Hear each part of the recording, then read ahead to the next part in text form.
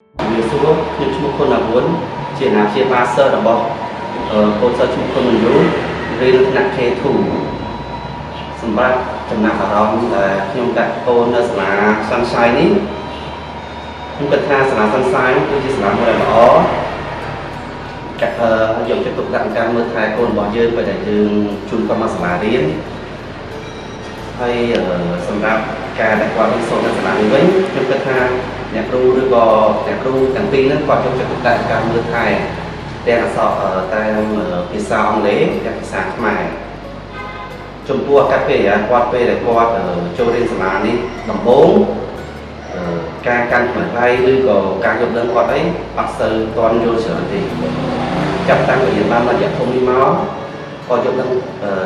បានច្រើនទាក់ទងនឹងសិលធម៌ការនិយាយការឃើញមនុស្សចាស់ទុំគាត់ចេះប្រមអមតូន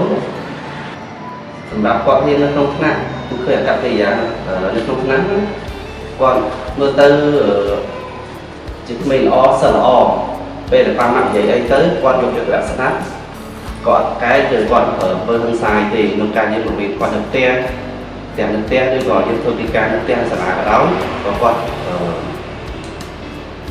ធ្វើបាយយ៉ាងល្អ